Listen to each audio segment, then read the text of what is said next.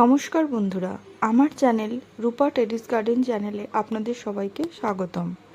আজ আমি দেখাবো চন্দ্রমল্লিকার কাটিং থেকে কিভাবে আমি চারা তৈরি করে নিয়েছি এবং সেই চারাগুলি এক এক করে কিভাবে টবে আমি প্রতিস্থাপন করছি।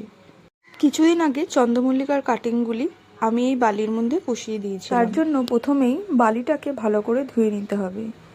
বালিটাকে প্রায় 2 থেকে 3 বার ভালো করে ধুয়ে নেওয়ার পর আমি এই প্রত্যেকটা কাটিংয়ের মধ্যে রুট হরমোন ভালো করে লাগিয়ে আমি এই বালির মধ্যে বসিয়ে দিয়েছিলাম।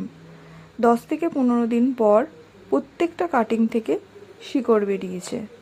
আজকে আমি প্রত্যেকটা টবে এই কাটিংগুলি প্রতিস্থাপন করে দেবো এক এক করে। টবে প্রতিস্থাপন করার আগে প্রত্যেকটা কাটিংকে আমি ভালো করে জল দিয়ে এক এক করে ধুয়ে নিচ্ছি।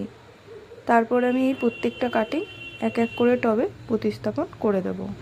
আমি এখানে একটা ছোট্ট টব নিয়ে নিলাম।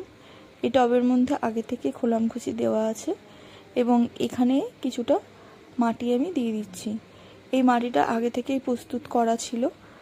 তো মাটিটা ভালো করে দিয়ে দেওয়ার পর এখানে সামান্য আমি বনডাস দিয়ে দিচ্ছি। তারপরে আবারও আমি মাটি দিয়ে ভালো করে চেপে চেপে দিচ্ছি। এইবার আমি এই গাছটাকে নিয়ে খুব আলতোভাবে আমি রেখে চারপাশ দিয়ে মাটি দিয়ে দেবো। এইভাবে আরও যে চারাগুলি আছে একই পদ্ধতিতে আমি প্রত্যেকটা টবে এই চারাগুলি এক এক করে প্রতিস্থাপন করে ফেলবো। এই চারাগুলি আমি কিছুদিন ছাওয়াযুক্ত স্থানে রাখবো, কারণ এখন বৃষ্টি হচ্ছে।